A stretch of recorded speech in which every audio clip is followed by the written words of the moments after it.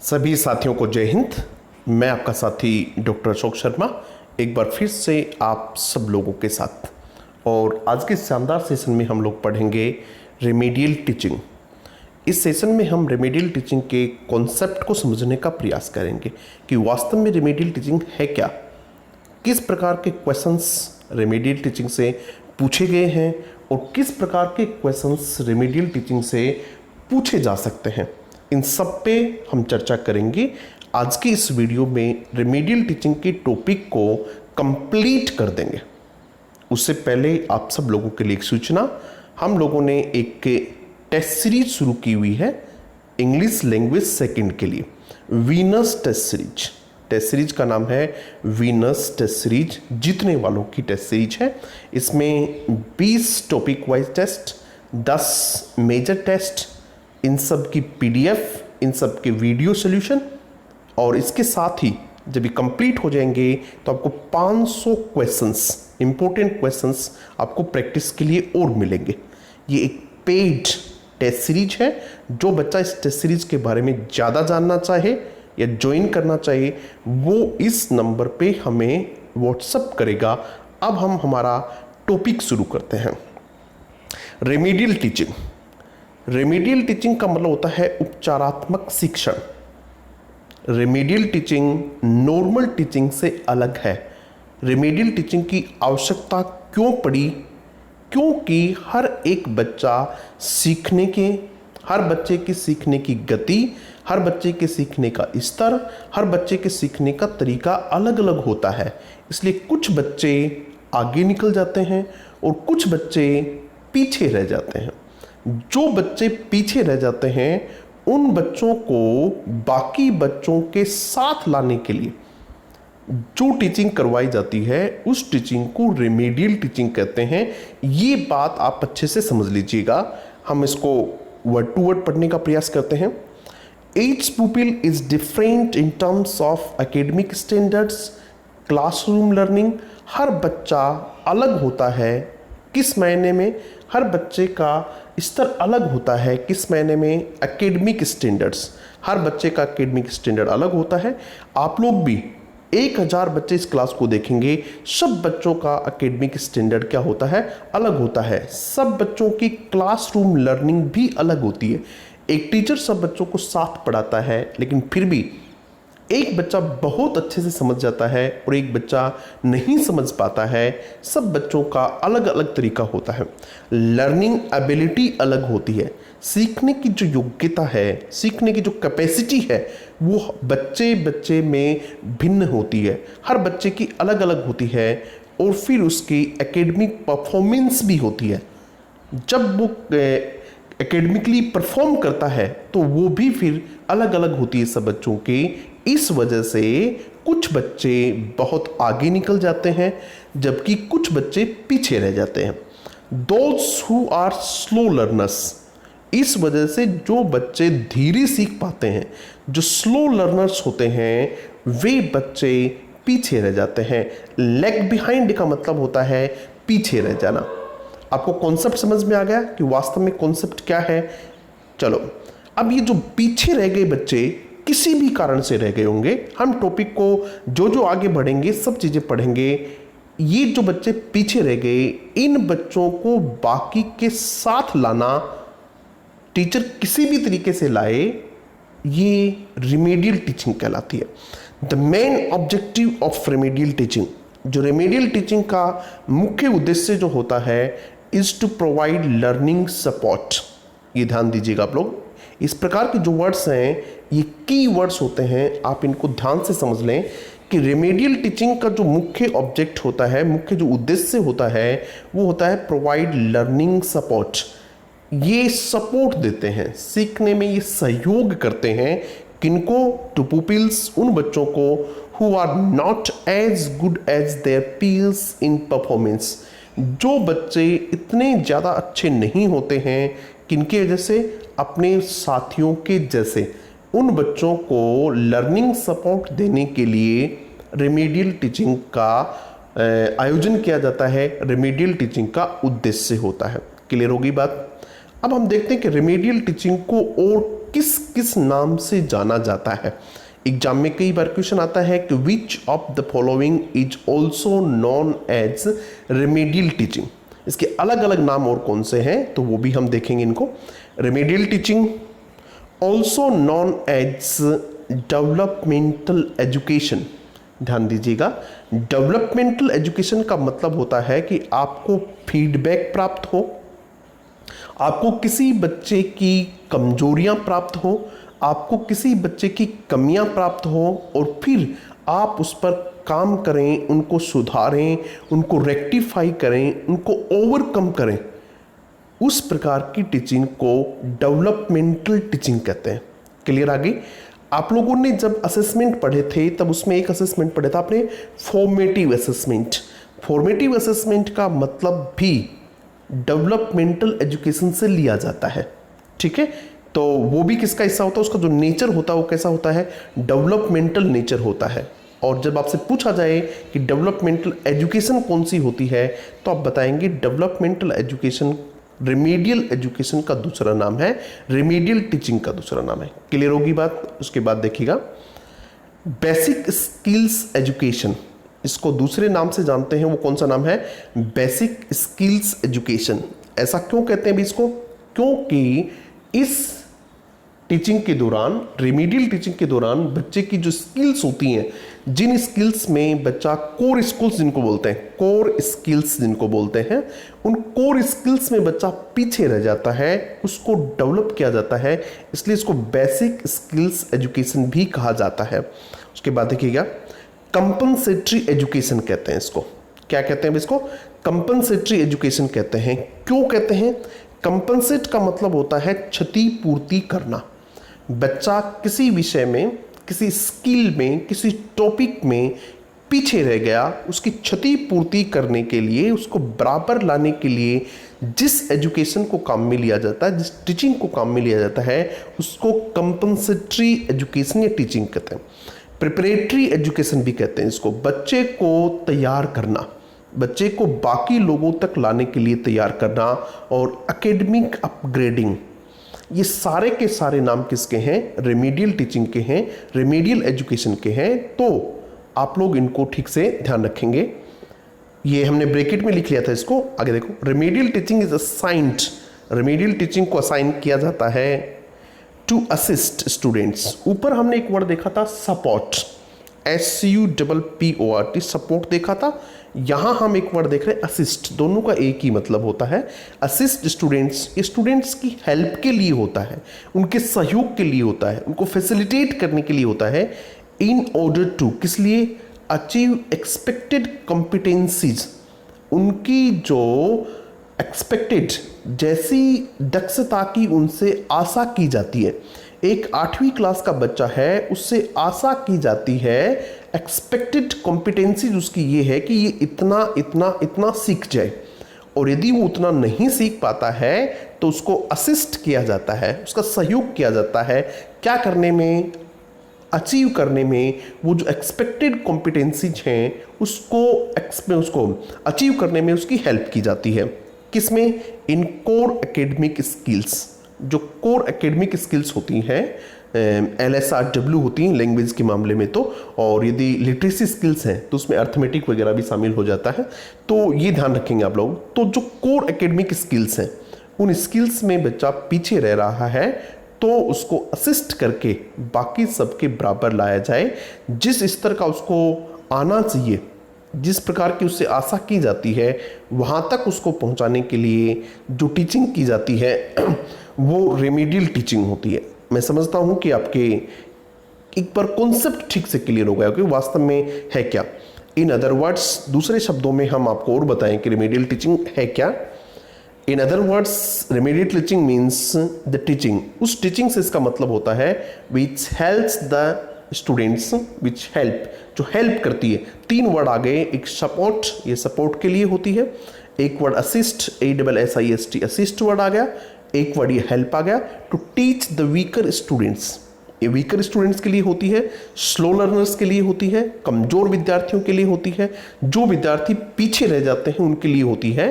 According to their needs, फिर उनकी आवश्यकताओं के अनुसार, कहाँ वो पीछे रह गए, उस आवश्यकताओं के अनुसार टू प्रोवाइड रेमेडियल मेजर्स, उन बच्चों को जो बच्चे कमज़ोर रह गए फिर उनको उनकी आवश्यकताओं के अनुसार उपचारात्मक उपाय दिए जाते हैं, रेमेडियल मेजर्स दिए जाते हैं। क्या करने के लिए? To get rid of their common और specific weaknesses. Get rid of का मतलब होता है दूर करने के लिए उनकी कॉमन सामान्य समस्याएं हो सकती हैं या फिर किसी बच्चे के स्पेसिफिक वीकनेस भी हो सकती है। किसी बच्चे को याद नहीं होता है, सामान्य समस्या है। स्पेसिफिक वीकनेस का मतलब होता है कोई बच्चा किसी विशेष क्षेत्र में नहीं पढ़ पा रहा है, स्पेसिफिक वीकनेस हो गई, उसकी प्रॉब्लम्स हो गई, उसकी ऑब्स्टेकल्स हो गई। ये किस प्रकार की हो सकती हैं थोड़ा देखिएगा। लर्निंग और बिहेवियरल प्रॉब्लम हो सकती है, बच्चे में लर्निंग प्रॉब्लम हो सकती है, सीखने में, बच्चे के व्यवहार में प्रॉब्लम हो सकती है, लिंग्विस्टिक भाषा से संबंधित हो सकती है, साइकोलिंग्विस्टिक यानी उसकी मनोवैज्ञानिक भाषा से संबंधित हो सकती है, पेडागोजिकल प्रॉब्लम्स हो सकती है और उसकी शिक्षण विधियों से संबंधित कोई प्रॉब्लम हो सकती है। किसी विशेष तरीके से बच्चा सीख नहीं पा रहा होगा, तो इस प्रकार की कोई भी उसकी समस्या हो सकती है। उस समस्या का क्या करना है? गेट रीड ऑफ, उससे उस बच्चे को छुटकारा देना है और उसके लिए आपको रेमेडियल मेजर्स प्रोवाइड करने हैं। इसका मतलब रेमेडियल टीचिंग होता है। क्लियर हो गई बात? अब एक आप लोगों को टेस्ट सीरीज के बारे में जानकारी जो मैं पहले ही दे चुका हूं, तो 20 टेस्ट होने हैं, 10 मेजर टेस्ट होंगे। पहला फ्री टेस्ट का लिंक आप इस नंबर पे व्हाट्सएप करके प्राप्त कर सकते हैं। तो ये मैं पहले बता चुका हूं, आप जो ज़्यादा जानना चाहिए वो उसको पढ़ ले। Remedial teaching starts from test. दूसरी इंपॉर्टेंट बात, क्वेश्चन यहां से आता है कि रेमेडियल टीचिंग हमने जान लिया होती क्या है, अब हम इसकी शुरुआत करेंगे, कहां से शुरुआत होती है। तो remedial teaching starts from test. Normal teaching जो होती है वो टीचिंग से शुरू होती है, रेमेडियल टीचिंग जो होती है वो टेस्ट से शुरू होती है। अब किस प्रकार के टेस्ट? आपको अगर एग्जाम में पूछा जाए कि रेमेडियल टीचिंग के लिए कौन सा टेस्ट चाहिए, तो आप डायग्नोस्टिक टेस्ट कहेंगे। कौन सा कहेंगे? डायग्नोस्टिक टेस्ट कहेंगे। मैं आपको एक दो टेस्ट और भी बता रहा हूं, डिफरेंट टाइप्स ऑफ टेस्ट। सबसे पहले जो टेस्ट होता है वो अचीवमेंट टेस्ट होता है। ये क्या करता है? सभी बच्चों का टेस्ट होता है achievement test, to identify the slow learners. और जब ये अचीवमेंट टेस्ट होता है तो इसमें पता चलता है कि कौन बच्चा पीछे रह गया। बच्चे का पता चल गया हमें कि ये बच्चा है, ये पीछे रह गया। अब फिर क्या करेंगे? हम उसका डायग्नोस्टिक टेस्ट करेंगे। डायग्नोस्टिक टेस्ट क्यों? डायग्नोस्टिक टेस्ट होता है to identify the difficulty area. उस बच्चे में समस्या कहाँ है? बच्चा कमजोर तो है, ये तो हमें कहाँ से पता चल गया? अचीवमेंट टेस्ट से। पूरी क्लास का ही हमने टेस्ट लिया। उस दिन तो हमें पता ही नहीं था कि हम रेमेडियल टीचिंग के लिए ले रहे हैं, हमने तो सामान्य टेस्ट लिया। उस टेस्ट में कुछ बच्चे कमजोर रह गए तो हमें पता चल गया, हमने आइडेंटिफाई कर लिया कि ये बच्चे स्लो लर्नर्स हैं। अब हम कौन सा टेस्ट लेंगे? डायग्नोस्टिक टेस्ट लेंगे। मैं फिर बता रहा हूँ, यदि आपको एग्जाम में पूछा जाए कि रेमेडियल टीचिंग के लिए कौन से टेस्ट का आयोजन किया जाता है, तो डायग्नोस्टिक टेस्ट लिखेंगे आप। क्या काम आता है ये? To identify the difficulty areas. उस बच्चे की जो डिफिकल्टी एरियाज हैं उनको आइडेंटिफाई करने के लिए। इसलिए हमने डायग्नोस्टिक टेस्ट को ठीक ढंग से समझाने का प्रयास किया है। क्या होता है डायग्नोस्टिक टेस्ट? देखिएगा, डायग्नोस्टिक इवैल्यूएशन या टेस्ट की बात है, is concerned with the evaluation of pupils learning difficulties. ये किससे संबंधित होता है? बच्चों की लर्निंग डिफिकल्टीज से संबंधित होता है ड्यूरिंग इंस्ट्रक्शन, पढ़ाने के दौरान। पढ़ाने के दौरान जब बच्चों को कुछ लर्निंग डिफिकल्टीज आती हैं, उस लर्निंग डिफिकल्टीज से संबंधित जो टेस्ट होता है उसको कहते हैं डायग्नोस्टिक इवैल्यूएशन या फिर डायग्नोस्टिक टेस्ट कहते हैं। A diagnostic test is used to diagnose। इसका काम क्या होता है? ये डायग्नोज करता है, खोजता है, जांचता है और रिवील और प्रकट करता है एन इंडिविजुअल्स वीकनेस।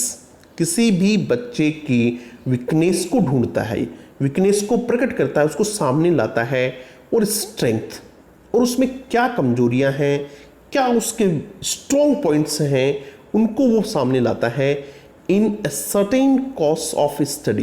किसी कोर्स जो है स्टडी का है उसमें किस बच्चे में क्या वीकनेस है और क्या उसके स्ट्रॉन्ग पॉइंट है, ये जानने के लिए डायग्नोस्टिक इवैल्यूएशन का आयोजन किया जाता है।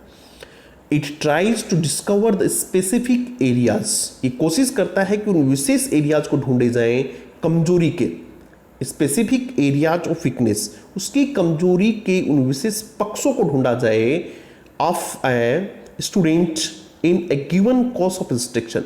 जो उसका कोर्स चल रहा है उस कोर्स में उस स्पेसिफिक एरियाज को ढूंढा जाए जहां वो कमजोर है, and then suggest remedial measures, और फिर क्या दिया जाए उसको, रिमीडियल मेजर्स दिया जाए, उसको उपचारात्मक उपाय दिए जाएं, उसका उपचार किया जाए। क्लियर होगी बात। डायग्नोस्टिक टेस्ट भी हो गया। आफ्टर डायग्नोस्टिक, जब हमने डायग्नोज कर लिया, हमने जांच कर ली, पता लगा लिया the weakness of the pupil, the teacher need to give him remedial instruction, फिर उसको रिमीडियल टीचिंग दी जाती है। क्लियर होगी बात।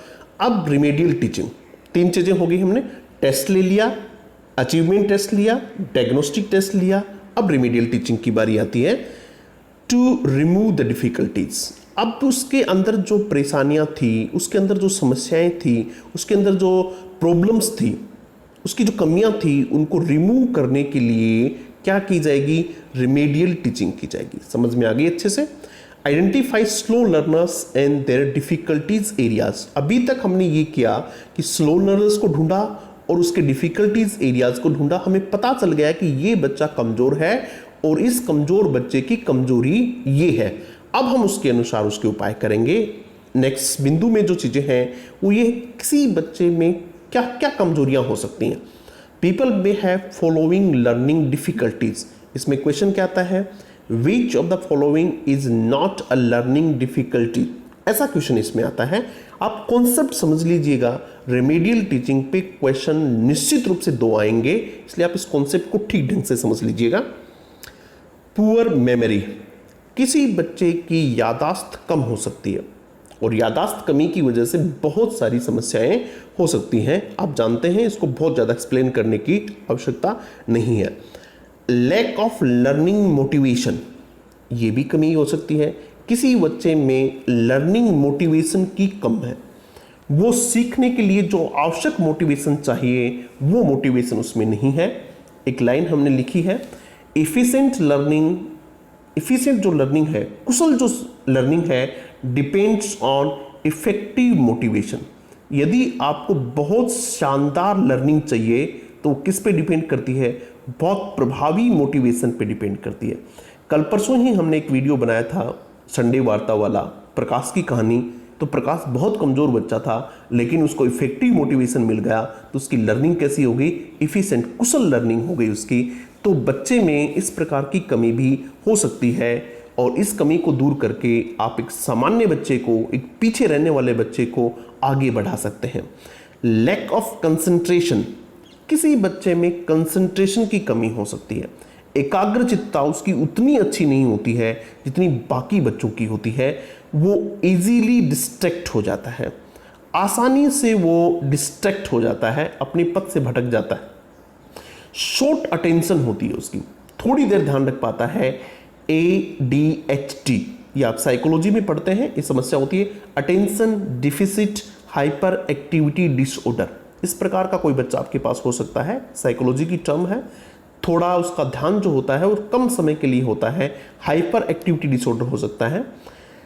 Have trouble getting organised, staying focused, इनमें जो समस्या होगी लैक ऑफ कंसंट्रेशन वाले में क्या होगी कि वो चीज़ों को ठीक ढंग से ऑर्गेनाइज नहीं कर पाएंगे। चीज़ उनको समझ ली, आप लोगों ने भी समझ लिया, लेकिन उसको संगठित नहीं कर पाएंगे। स्टेइंग फोकस्ड, फोकस्ड रहने में समस्या आएगी उनके। मेकिंग रियलिस्टिक प्लान्स, वो रियलिस्टिक प्लान्स नहीं बना पाएंगे। थिंकिंग बिफोर एक्टिंग, और क्या नहीं कर पाएंगे, एक्ट करने से पहले सोच नहीं पाएंगे। तो लैक ऑफ कंसंट्रेशन की भी बच्चे में समस्या हो सकती है। इस प्रकार की समस्या वाले बच्चों को भी आप आइडेंटिफाई करेंगे और फिर उनके अनुसार उनको उसका इलाज करेंगे। लैक ऑफ अंडरस्टैंडिंग, समझ की कमी हो सकती है किसी बच्चे में। कोई बच्चा रट्टे अच्छे मार लेता है लेकिन टॉपिक को समझता नहीं है, उसके कॉन्सेप्ट को नहीं समझता है। लैक ऑफ सेल्फ अवेयरनेस, आत्म अवेयरनेस की जो सेल्फ अवेयरनेस जो है, आत्म जागरूकता जो कहते हैं, उसकी भी उसमें कमी हो सकती है। ये कुछ कमियां हैं जो आपको याद रखनी है। अनेबल टू एक्सप्रेस और ट्रांसफर नॉलेज, ये बड़ी कमी होती है बच्चों में। बच्चे ने सीख लिया, उसको समझ भी आ गया, लेकिन वो उस बात को अपने शब्दों में नहीं कह सकता, अपने नॉलेज को एक्सप्रेस नहीं कर सकता। रिप्रोड्यूस और प्रेजेंट, जो उसने चीज़ें सीखी हैं उसको रिप्रोड्यूस नहीं कर पाता है। आपने टॉपिक सीखा, आपसे कहा जाए कि बताओ क्या सीखा, तो बस अब नहीं बता सकते आप लोग, तो इस प्रकार की समस्या भी हो सकती है। लैक ऑफ कॉन्फिडेंस, बच्चे में कॉन्फिडेंस की कमी हो सकती है, उसका जो आत्मविश्वास है वो बहुत नीचे हो सकता है। रिलेटिवली लो सेल्फ एक्सपेक्टेशंस, अपेक्षाकृत उसकी जो सेल्फ एक्सपेक्टेशन है, अपने आप से जो आशा है, आत्म जो उसकी आशाएं हैं, अपने आप पे उसका विश्वास है, वो कम हो सकता है। सेल्फ एक्सपेक्टेशन का मतलब ये होता है कि अभी आपने रीड इंग्लिश में मानो अभी टारगेट ही कितने का बना रखा है, 25 का बना रखा है कि सर मुझे 25 आने चाहिए। आपको टारगेट, आपकी सेल्फ एक्सपेक्टेशन है वो क्या है, लो है। आपको सोचना चाहिए सर कम से कम 28 और 29 मार्क्स तो मैं किसी भी हाल में लाऊंगा। जब आप अपने आप से ज़्यादा एक्सपेक्ट करेंगे तो फिर आपकी सीखने की गति बढ़ जाती है। तो अगर ऐसा कोई बच्चा है जो अपने आप को बहुत कम मांगता है तो उसके लिए भी आप कुछ करेंगे। Relatively low self esteem, self esteem का मतलब होता है उसका जो आत्मसम्मान है वो बहुत कमज़ोर होता है। ऐसे बच्चों को आप ढूंढेंगे और फिर उनको रेमेडियल मेजर्स देंगे। पुअर प्रॉब्लम सॉल्विंग पावर हो सकता है, कई बच्चों में जो प्रॉब्लम को सोल्व करने का जो पावर होता है, बैठे बैठे आराम से समझेंगे, लेकिन जब प्रॉब्लम आ जाएगी कोई भी तब वो बिल्कुल सकपका जाते हैं, उनको वो प्रॉब्लम सॉल्विंग पावर कमज़ोर होता है। फियर ऑफ सब्जेक्ट, सब्जेक्ट का फियर हो सकता है, बहुत सारे बच्चों को मैथ्स का डर होता है, बहुत सारे बच्चों को इंग्लिश का डर होता है, तो टीचर की जिम्मेदारी है कि वो उसको डर को दूर करने की कोशिश करे। टीचर्स एटीट्यूड बहुत इंपॉर्टेंट है, टीचर का एटीट्यूड भी बच्चे की लर्निंग के लिए बहुत इंपॉर्टेंट है। आप याद कीजिएगा कि जो जो टीचर आप लोगों को बहुत फ्रेंडली तरीके से, बहुत प्रभावी तरीके से पढ़ाता था, वो अब आपका फेवरेट सब्जेक्ट है। और जो टीचर का एटीट्यूड अच्छा नहीं था, जो टीचर आप लोगों से फ्रेंडली बिहेव नहीं करता था, कमिटेड नहीं था, जो टीचर सपोर्टिव नहीं था, जो टीचर अपने काम के प्रति ईमानदार नहीं था, उसने बच्चों में उस सब्जेक्ट के प्रति इंटरेस्ट को बहुत कम कर दिया। ये भी एक महत्वपूर्ण समस्या हो सकती है। Need more time to complete assignment, कई बच्चों को अपना काम करने में ज़्यादा समय की आवश्यकता होती है, वो उतने जो समय में होना चाहिए उतने में नहीं कर पाते हैं, ये भी एक समस्या होती है। पेरेंटल एटीट्यूड भी एक समस्या होती है, बहुत अभी भी आपके सामने ऐसी समस्या आ सकती है। पेरेंट्स का एटीट्यूड, कई पेरेंट्स ऐसे हैं कि अभी आप तैयारी कर रहे हो तो आपको पूरा समय देते हैं कि नहीं बेटा तैयारी कर रहा है तू, तेरे को तैयारी करनी चाहिए, तुझे कोई ऐसी तनाव की बात हम नहीं बताएंगे। जबकि कई पेरेंट्स को कोई फ़र्क ही नहीं पड़ता है बच्चा तैयारी कर रहा है या नहीं कर रहा है, इसका असर बच्चे की लर्निंग पे जरूर होता है। मीडियम ऑफ इंस्ट्रक्शन का भी फ़र्क होता है, जो बच्चा हिंदी मीडियम होता है, अगर टीचर उसको इंग्लिश में पढ़ा रहा है नहीं समझ पाता है, जो बच्चा हिंदी भी नहीं समझ पा रहा है तो टीचर को होम लैंग्वेज यूज़ करनी चाहिए, इसका फ़र्क होता है। फिजिकल फैक्टर्स भी होते हैं, कई कई बच्चे में शारीरिक समस्याएं भी हो सकते हैं। पुअर आईसाइट हो सकती है, पुअर ऑडिबिलिटी हो सकती है, सुनने की समस्या हो सकती है, इलनेस कोई बीमारी हो सकती है। इसको सेंसेसरी डिफेक्ट भी कहते हैं, मतलब आपकी जो ज्ञानेंद्रियों से संबंधित कोई भी डिफेक्ट उसका हो सकता है। ये कुछ कमजोरियां थी, कुछ डिफ़िकल्टी एरियाज थे जिनको हमने पढ़ने का प्रयास किया। इसका नेक्स्ट बिंदु है, क्या रेमेडियल टीचिंग स्पेशल टीचिंग है? ध्यान दीजिएगा, क्या रेमेडियल टीचिंग स्पेशल टीचिंग है? तो रेमेडियल टीचिंग जो है वो स्पेशल टीचिंग नहीं है। दूसरी बात, क्या रेमेडियल टीचिंग रीटीचिंग है? ध्यान दीजिएगा, दो तीन कॉन्सेप्ट हैं, ये कंफ्यूज करते हैं आप लोगों को। रेमेडियल टीचिंग रीटीचिंग भी नहीं है, रेमेडियल टीचिंग स्पेशल टीचिंग भी नहीं है। रीटीचिंग का मतलब होता है सब बच्चों को रिवीजन करवाना, वो ये नहीं है, ठीक है। स्पेशल टीचिंग का मतलब क्या होता है मैं आपको समझाता हूं अभी। Whereas special education is designed, special education को डिजाइन किया जाता है specially for the students with special needs. ध्यान दीजिएगा, specially for the students with special needs. जो स्पेशल नीड्स के बच्चे होते हैं, जिनको शारीरिक या कुछ इस प्रकार की प्रॉब्लम होती है, स्पेशल नीड के बच्चे होते हैं, उन बच्चों के लिए जो होती है वो सिर्फ स्पेशल एजुकेशन होती है। वेयर जबकि जो रिमेडियल टीचिंग है वो क्या है, can be design for any student, किसी भी बच्चे के लिए विद और विदाउट स्पेशल नीड। उसकी स्पेशल नीड है तो भी और स्पेशल नीड नहीं है तो भी। क्लियर होगी बात? यानी स्पेशल जो एजुकेशन है वो सिर्फ किसके लिए होगी, स्पेशल नीड वाले बच्चों के लिए होगी, जबकि रिमेडियल टीचिंग है वो किसी के लिए भी हो सकती है, स्पेशल नीड वाले के लिए भी और बिना स्पेशल नीड वाले के लिए भी। उसके लिए उसकी परिभाषा में क्या होना जरूरी है, the defined text is simply that they have reached a point of lack of preparedness. उसमें समस्या ये है कि वो क्या हो चुके हैं, एक निश्चित बिंदु पर पहुंच गए हैं जहां उनकी क्या है, तैयारी नहीं है, जहां वो उस बिंदु में कमजोर रह गए हैं। बस उसकी कोई स्पेशल नीड नहीं है, लेकिन उसको वो टॉपिक ठीक से समझ नहीं आया, वो बाकी बच्चों से पीछे रह गया, तो उसके लिए रिमेडियल टीचिंग है रिगार्डलेस ऑफ वाई, यानी किस कारण से वो पीछे रहा, इससे कोई लेना देना नहीं है। बच्चा यदि बाकी बच्चों से पीछे रह गया, उसको समझ नहीं आया, तो उसके लिए क्या है, रिमेडियल टीचिंग। क्लियर हो गई बात? आगे देखिएगा, रिमेडियल टीचिंग का जो कॉन्सेप्ट है उसमें आपको ये 3 वर्ड अच्छे से याद रखने हैं। कौन कौन से? आपका उद्देश्य क्या होना चाहिए, इंप्रूव लर्निंग स्किल्स, बच्चे की जो स्किल्स है उसको इंप्रूव करो, डेवलप देयर पोटेंशियलिटीज, उनकी जो पोटेंशियल्स हैं उनको डेवलप करो, और ओवरकम और रेक्टिफाई देयर लर्निंग डिफिकल्टीज, उनकी लर्निंग डिफिकल्टीज हैं उनको दूर करें। अब आगे है रीजन्स ऑफ डिफिकल्टीज। अभी हमने देखा था डिफिकल्टीज, अब देखेंगे रीजन्स ऑफ डिफिकल्टीज, इन समस्याओं की क्या वजह हो सकती है। आगे देखिएगा भाई, lack of prerequisite learning for present learning, लेकिन कमी होती है प्री रिक्विजिट पूर्व आवश्यक लर्निंग फॉर प्रेजेंट लर्निंग। समझिएगा कैसे, उसकी प्रेजेंट लर्निंग आप उसको फैक्टर्स सिखा रहे हैं, गुणनखंड सिखा रहे हैं, बच्चे को प्लस माइनस नहीं आते, इस वजह से वो फैक्टर्स नहीं सीख पाएगा, ये कारण हो सकता है उसके नहीं सीख पाने का। क्लियर होगी बात? इनकरेक्ट प्रिंसिपल्स, जो टीचर ने पढ़ाने के लिए जो प्रिंसिपल्स काम में लिए वो उसके सही नहीं थे। क्लियर होगी? फॉल्टी प्रिंसिपल्स थे, FAULTY, फॉल्टी का मतलब दोष युक्त जो थे वो थे। इनइफेक्टिव स्टडी, बच्चे का जो सीखने का तरीका है वो प्रभावी नहीं है, पढ़ने का तरीका जो है वो ठीक नहीं है। आगे देखिए, और क्या क्या वजह हो सकती है बच्चा पीछे रह सकता है।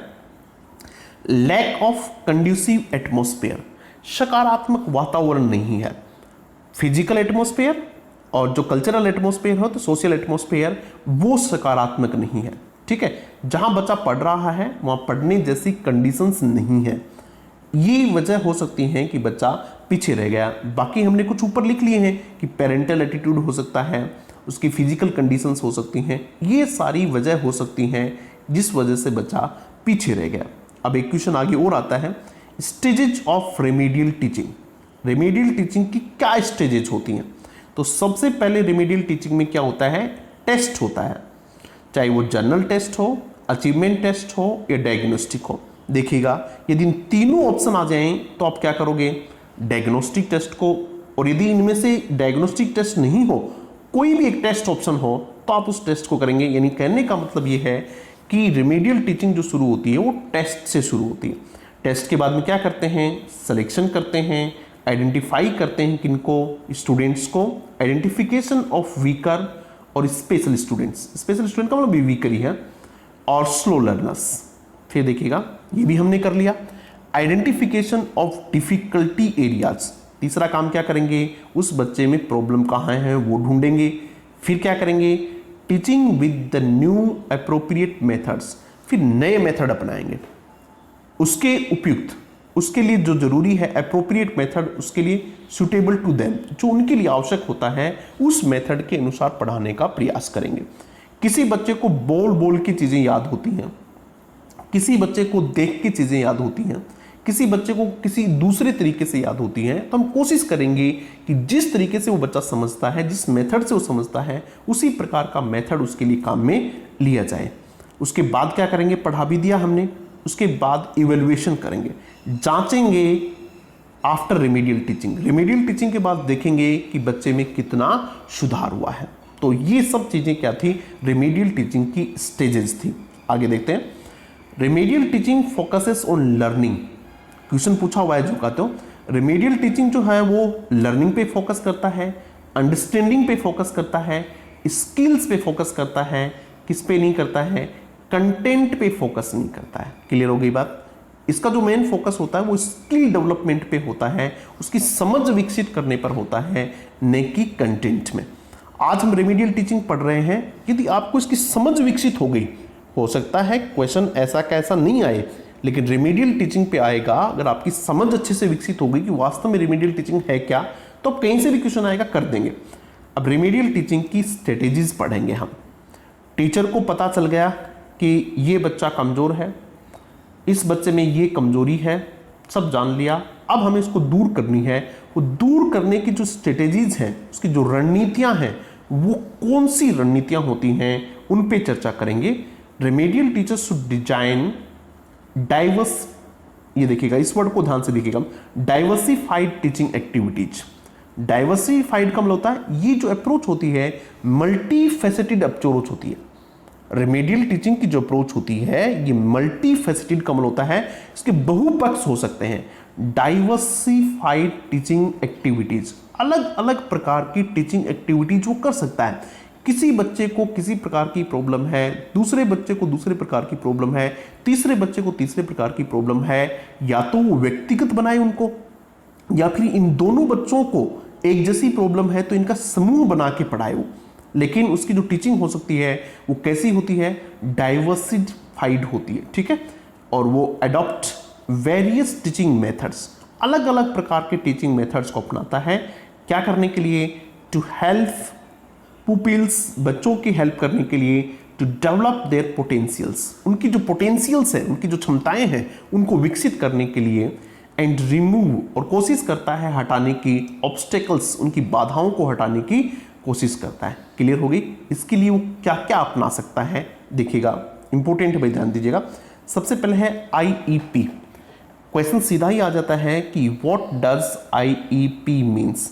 IEP का मतलब क्या होता है, इंडिविजुअल एजुकेशनल प्रोग्राम होता है, व्यक्तिगत एजुकेशनल शैक्षिक प्रोग्राम। व्यक्तिगत बच्चे को ठीक से देखा जाए कि एक बच्चे में ये प्रॉब्लम है, उसको ठीक, to develop their potential and remove, उनकी पोटेंशियल डेवलप करने के लिए, and remove obstacles in learning. समझ गए आप लोग इसको। उसके बाद देखिएगा, व्यक्तिगत बच्चे के लिए कोई कार्यक्रम हम चालू कर सकते हैं। Peer support programme.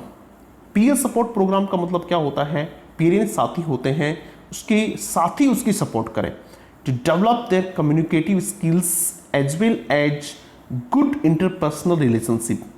जब बच्चे में इस प्रकार की समस्याएं होती हैं, स्पेशली कम्युनिकेटिव स्किल्स की समस्याएं होती हैं और इंटरपर्सनल स्किल्स की समस्याएं होती हैं, इंटरपर्सनल रिलेशनशिप की समस्याएं होती हैं, ऐसे बच्चे को पीयर सपोर्ट प्रोग्राम में डाला जाए। 2, 3, 4 बच्चों का ग्रुप बना दिया जाए और वे उन बच्चों की क्या करें, आपस में समस्याओं का समाधान करें। इस प्रकार का जो सिस्टम होता है वो पीयर सपोर्ट प्रोग्राम होता है। आप भी यदि 2, 3, 4 का ग्रुप बनाते हैं तो मेरे से जो क्वेश्चन आप नहीं पूछ सकते, कम से कम अपने साथी से बहुत आसानी से पूछ सकते हो, तो ये बड़ा कारगर साबित होता है। Reward scheme. रिवॉर्ड स्कीम का मतलब होता है कि बच्चे को इनकरेज किया जाए और रिकॉग्नाइज एवरी अचीवमेंट, बच्चे की हर एक अचीवमेंट को रिकॉग्नाइज किया जाए, उसको पहचान दी जाए। यदि बच्चा कुछ अच्छा करता है तो निश्चित रूप से आप उसको क्या करें, प्रोत्साहन दें। मैं फिर कहता हूं आप लोगों को कि मोटिवेशन के 2 शब्द, प्रोत्साहन के 2 शब्द, आप लोगों को कुछ भी अच्छा किया आपने और आपको ये कहा जाए कि हाँ आप बहुत अच्छा करते हो, तो फिर वो उसके लिए बड़ा कारगर साबित होता है, उसकी ऊर्जा बढ़ जाती है, उसकी जो गति है सीखने की वो बढ़ जाती है। Appropriate use of teaching learning Maxim's, ये भी यूज करनी चाहिए। मैक्सिम्स आप जानते हैं कि नॉन से अननोन पढ़ाया जाए, सिंपल से कॉम्प्लेक्स पढ़ाया जाए, इस प्रकार के तरीकों से भी पढ़ाया जाए और ऐसे ही पढ़ाया जाए तो बच्चा सीखेगा। अल्टरनेटिव लर्निंग मेथड्स, जो लर्निंग मेथड्स हैं अल्टरनेटिव, कुछ दूसरे वैकल्पिक जो लर्निंग मेथड्स हैं उनको काम में लिया जाए। अल्टरनेटिव लर्निंग मटेरियल, बच्चा उस मटेरियल से नहीं सीख पाता है तो दूसरे मटेरियल से उसको सिखाना चाहिए। एक चीज़ और पूछी जाती है, रिमेडियल टीचिंग में अडेप्टेड करिकुलम। अडेप्टेड करिकुलम का मतलब होता है कि आप जिस प्रकार की स्थिति है बच्चे की, उस प्रकार का करिकुलम भी उसके लिए तैयार कर सकते हैं, तो वो भी ध्यान रखेंगे। Deficiencies and achievement test after every unit. Deficiencies का मतलब होता है बच्चे में कहाँ कमियां रह गई, बच्चे ने क्या सीखा, इसका टेस्ट लिया जाए ताकि आपको बहुत जल्दी पता चल जाए कि बच्चे में कहाँ कमी है। 1-to-1 सिचुएशन और स्मॉल ग्रुप सिचुएशन, एक एक किस से पूछा जाए या स्मॉल ग्रुप बना के आप उनको पढ़ाएं। ड्रिल और रिपीटेशन, जितनी ज़्यादा प्रैक्टिस करवाएंगे उतना ज़्यादा अच्छा होगा। ये न केवल छोटे बच्चों के लिए बल्कि आप जब आप एग्जाम की तैयारी कर रहे हैं तो आपके लिए भी बहुत इंपॉर्टेंट है। आप भी मैक्सिमम क्वेश्चंस की प्रैक्टिस करेंगे तो ही आपको बहुत अच्छा रिजल्ट मिलेगा। और क्वेश्चन के लिए आपको एक स्तरीय क्वेश्चन पेपर होना बहुत जरूरी है। तो ड्रिल और repetition. Multi sensory approach. Multi sensory approach का मतलब क्या होता है, कोई बच्चा सुन के सीखता है, कोई बच्चा देख के सीखता है, कोई बच्चा बोल के सीखता है, तो उसको इसी प्रकार की चीज़ों से सिखाने का प्रयास करना चाहिए। Concrete experience, life like experience दिए जाए उसको, ठीक है। कॉन्क्रीट एक्सपीरियंस का मतलब होता है वास्तविक लाइफ लाइक सिचुएशन में उसको पढ़ाया जाना चाहिए तो चीज़ें उसको समझ में आती हैं। जॉयफुल लर्निंग, लर्निंग कैसी होनी चाहिए, जॉयफुल रहनी चाहिए। बच्चा दुखी नहीं होना चाहिए पढ़ते हुए। जब बच्चा खुशी खुशी से पढ़ेगा, उसका इंटरेस्ट डेवलप होगा तो सीख जाएगा। ये भी बहुत इंपॉर्टेंट है, मेरी नज़र में बहुत important. Teachers emphatic and friendly behaviour. Teacher का जो व्यवहार है वो बहुत ही एम्फेटिक होना चाहिए, यानी सहानुभूतिपूर्वक होना चाहिए। वो अपने बच्चे की चीज़ों को समझ पाए, उसके व्यवहार को समझ पाए और उसके अनुसार फ्रेंडली बिहेव करे, उसकी सिचुएशन को समझ पाए और उसका व्यवहार जो होता है, टीचर को हमेशा सपोर्टिव होना चाहिए, अपने बच्चे के लिए कमिटेड होना चाहिए और सपोर्टिव होना चाहिए। आप लोग भी ये कोशिश कीजिएगा टीचर बनते हैं, और मैं भी कोशिश करता हूँ कि बच्चों के लिए सपोर्टिव बन सकूँ। जब कभी भी आपका कोई क्वेश्चंस होता है किसी भी प्रकार के, तो मैं कोशिश करता हूँ कि सब लोगों का रिप्लाई किया जाए। फॉर्मल टीचिंग, ये फॉर्मल टीचिंग क्या होती है भी, एक तो इनफॉर्मल टीचिंग, एक फॉर्मल टीचिंग होती है, वो करवाई जाए। इनफॉर्मल टीचिंग होना चाहिए था इसकी जगह, फॉर्मल तो करवाते हैं, इनफॉर्मल टीचिंग भी करवाई जाए, यानी क्लास के बाहर कहीं भी आप घूम रहे हैं, खेल रहे हैं कहीं भी, तो इनफॉर्मल होना चाहिए, इनफॉर्मल टीचिंग करवाई जाए। ग्रुप ट्यूटोरियल टीचिंग करवाई जाए, ग्रुप्स में किया जाए। Students are divided into homogeneous groups. Students को डिवाइड कर दिया जाए किसमें, होमोजीनियस ग्रुप में। होमोजीनियस का मतलब एक जैसे ग्रुप में, क्लास को 2, 3, 4 भागों में डिवाइड कर दिया जाए एक जैसे ग्रुप में, on the basis of their common learning difficulties. उनकी जो कॉमन लर्निंग डिफिकल्टीज है उस आधार पे, और फिर उनको पढ़ाया जाए। सुपरवाइज्ड ट्यूटोरियल टीचिंग, ये भी आप सब जानते हैं कि ऑडियो इंस्ट्रक्शनल टीचिंग, ये सारी टीचिंग करवा के भी आप क्या कर सकते हैं, बच्चे की जो समस्याएं हैं उनको दूर कर सकते हैं। ये कुछ स्ट्रेटेजीज थी। अब हम आगे पढ़ेंगे usual process of class teaching. In normal teaching की प्रोसेस होती है टीच, टेस्ट और रीटीच। क्या किया जाए, पढ़ाया जाए, टेस्ट लिया जाए और वापस पढ़ाया जाए। जबकि रिमेडियल टीचिंग में क्या होती है, टेस्ट लिया जाए, फिर क्या किया जाए, पढ़ाया जाए, और ये रीटीच नहीं है, रीटेस्ट है, फिर वापस से क्या लिया जाए, रीटेस्ट। आप इसको देख लेना, रीटेस्ट, ठीक है। अब हम पढ़ेंगे ऑब्जेक्टिव्स ऑफ रिमेडियल टीचिंग। कि रिमेडियल टीचिंग के उद्देश्य जो है वो क्या है। वैसे तो मैं आपको बता चुका हूं ऊपर एक लाइन में कि क्या उद्देश्य है इसके, फिर भी हम इसको ठीक ढंग से पढ़ने का प्रयास करते हैं। ये लाइन हम ऊपर पढ़ चुके हैं कि हर बच्चा अलग अलग होता है, ठीक है। एकेडमिक परफॉर्मेंस में उसका जो मेन उद्देश्य होता है रिमेडियल टीचिंग का होता है प्रोवाइड सपोर्ट करना, ठीक है, उनकी हेल्प करना। जो बच्चे इतने अच्छे नहीं हैं जितना उनका कौन है, साथी हैं। तो देखिएगा पहला उद्देश्य क्या होना चाहिए, to remove the language regarding problems, भाषा से संबंधित समस्याओं को दूर करना। और भाषा से संबंधित समस्याएं LSRW हो सकती हैं। To remove their stress, teacher का ये भी बहुत बड़ा काम होता है कि वो बच्चे को स्ट्रेस में नहीं आने दे। अब इस समय आपको एक ऐसे टीचर की आवश्यकता है फिलहाल, जब आप एग्जाम के बहुत नज़दीक आ गए हैं तो आपके पास कोई एक होना चाहिए जो आपको बार बार मोटिवेट कर सके, आपको स्ट्रेस को दूर कर सके। इन्हांस यानी मजबूत करना, लर्निंग इंटरेस्ट एंड मोटिवेशन, ये इसका उद्देश्य है कि उसका लर्निंग इंटरेस्ट बढ़ाया जाए, उसको मोटिवेट किया जाए, उसका मोटिवेशन स्तर बढ़ाया जाए, to develop the cognitive abilities and skills of the students. बच्चे की कोग्निटिव एबिलिटीज, बौद्धिक क्षमता और उसकी स्किल्स को भी डेवलप किया जाए, ये उद्देश्य होता है। To develop the quality of generic skills, उसकी जो स्किल्स हैं, पैदाइशी जो स्किल है उनको बढ़ाया जाए। इंटरपर्सनल रिलेशनशिप्स को बढ़ाया जाए। टू डेवलप कम्युनिकेशन स्किल्स, उसकी कम्युनिकेशन स्किल्स को बढ़ाया जाए। प्रॉब्लम सॉल्विंग स्किल्स को बढ़ाया जाए। ये सब उद्देश्य होते हैं क्या करने के, रेमेडियल टीचिंग के लिए। और ये प्रोसेस हम रेमेडियल टीचिंग की देख चुके हैं। तो इस प्रकार से आपका ये टॉपिक आज कंप्लीट होता है। आप सब लोगों को बहुत बहुत धन्यवाद, आपने मुझे सुना, वीडियो देखा। Thank you very much.